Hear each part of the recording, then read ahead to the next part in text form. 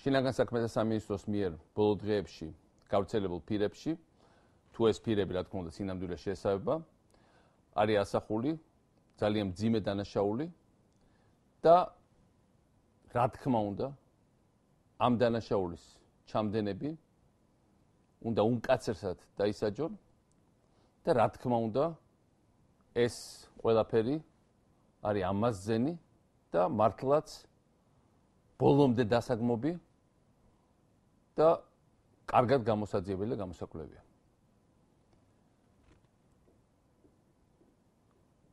საუბარი არის იმაზე, რომ რა თქმა უნდა, ჩვენ მარსზე არ ვცხოვრობთ და ჩვენ ცხოვრობთ ჩვენ ქვეყანაში და ბოლო წლებში ძალიან ბევრი გაკეთდა იმისათვის, რომ საქართველოს პოლიციაში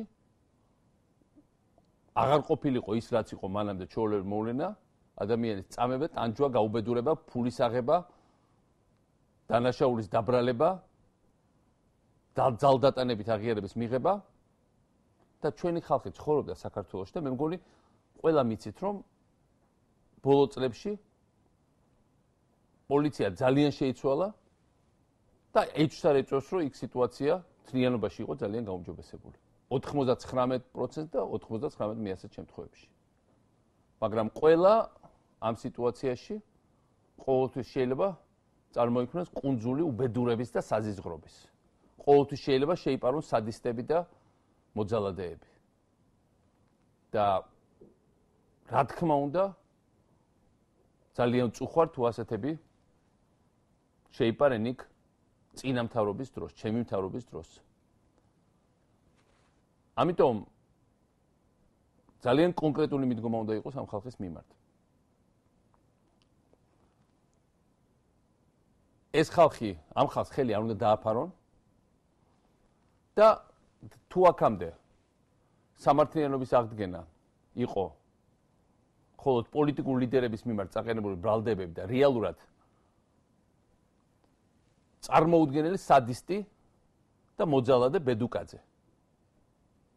პრაქტიკულად გმირის სტატუსით ერთპიროვნული გადაწყვეტილებით თავარი პროკურორის და რა თქმა უნდა ეს ვიცით რომ არ იყო მისი გადაწყვეტილება იქნა გაშვებული გარეთ და პრაქტიკულად ჩამოეწერა ყველაფერი ის რაც მან თავისინებით თუ ვინმეღაცის დაკვეთით გააკეთა.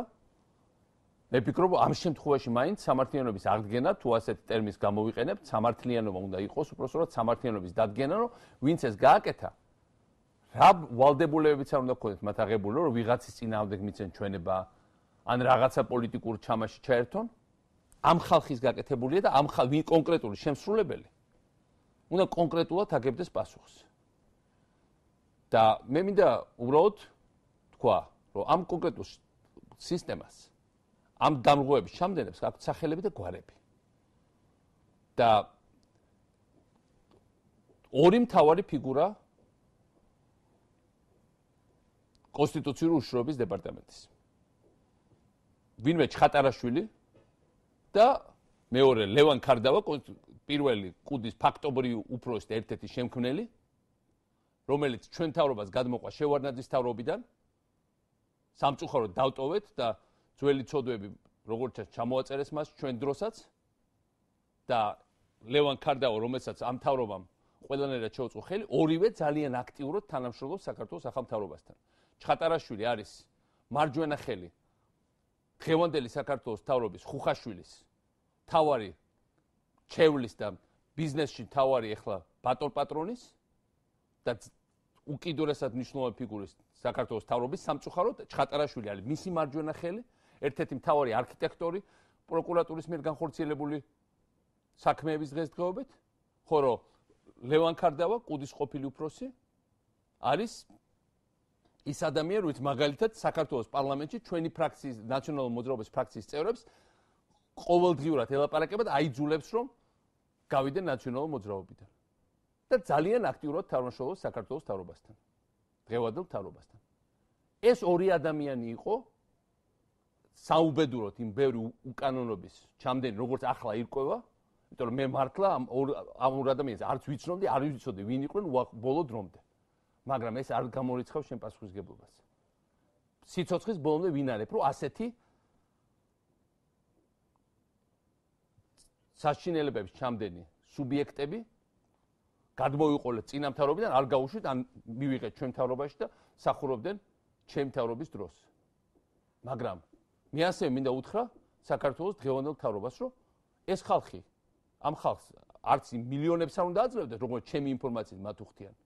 და არც უნდა იყენებდეს იმ ბინძური შეკვეთების შესრულებაში იმის სანაცვლოდ, რომ მათ სრული თანამშრომლობა აღმოაჩინონ და პრაქტიკულად თავის მიერ ჩადენილი სიბინძურეები ბოლომდე ჩამოიწერონ.